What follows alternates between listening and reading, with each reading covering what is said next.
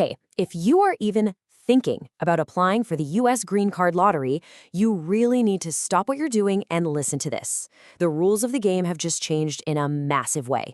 And in this explainer, we're going to break down exactly what you need to know so you don't get left behind. So, is this you? Are you one of the millions of people all over the world hoping to get into the diversity visa program? Maybe you've tried before, or maybe this year's your first shot. Either way, this is for you. Because the number one most fundamental rule for even entering the lottery has been totally flipped on its head. And I'm not talking about some minor tweak here.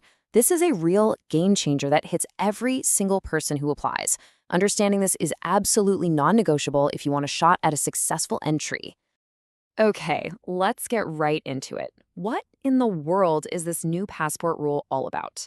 Let's break down the old way versus the new way. Okay, so look at this. For years and years, the old rule was simple. You could enter the lottery without a passport. The strategy for so many people was, hey, I'll apply first, and I'll only go through the hassle of getting a passport if I get selected. Well, that whole strategy, it's gone. The new rule is crystal clear. You must have a valid, unexpired passport just to submit your application. No passport, no entry. Period. And get this. This isn't just for you, the person filling out the form. This is the part you really have to hear. This rule applies to every single person on your application. We're talking about you, your spouse, every single one of your unmarried kids under 21. That includes all your stepchildren and all your adopted children. Bottom line, everyone needs their own valid passport when you hit submit. No exceptions. Oh, and it doesn't even stop there. You might think, okay, I've got the physical passport, I'm good. Nope, it's not enough to just have it. You now also have to upload a digital scan of that main information page, the one with your photo and signature, right into the application form. So having the passport is just step one. You've got to be ready with a digital copy too.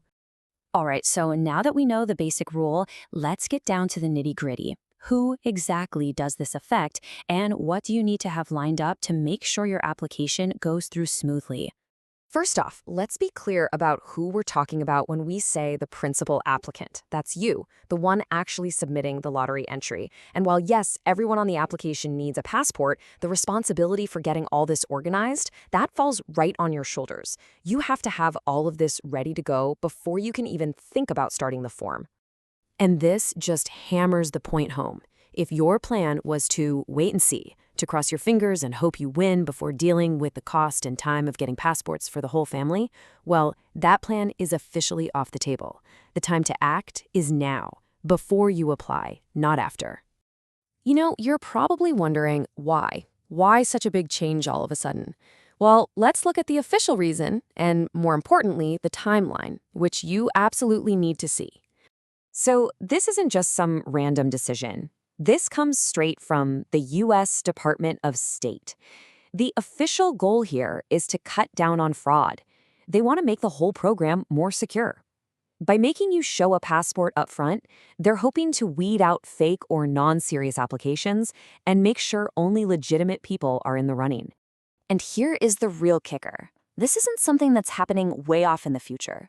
The rule was officially published on March 11th. It becomes fully effective and enforceable just 30 days later, on April 10th.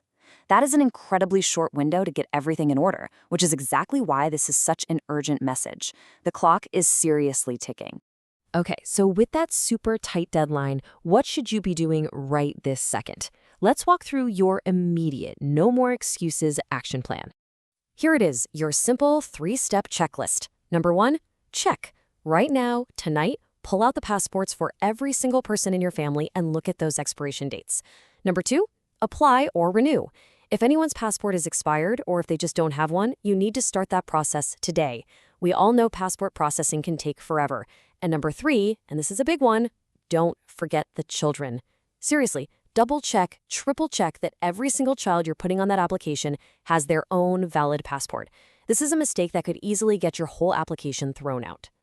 And just so you know, we're not making this up. All of this information comes directly from the official source. This is the U.S. Department of State's final rule, published for everyone to see. This isn't a rumor, this is the new law. So, we're going to leave you with this one critical question to think about. The old way of applying is over. This new rule changes absolutely everything. So, looking at your family situation, at your documents right now. Are you truly ready for this change?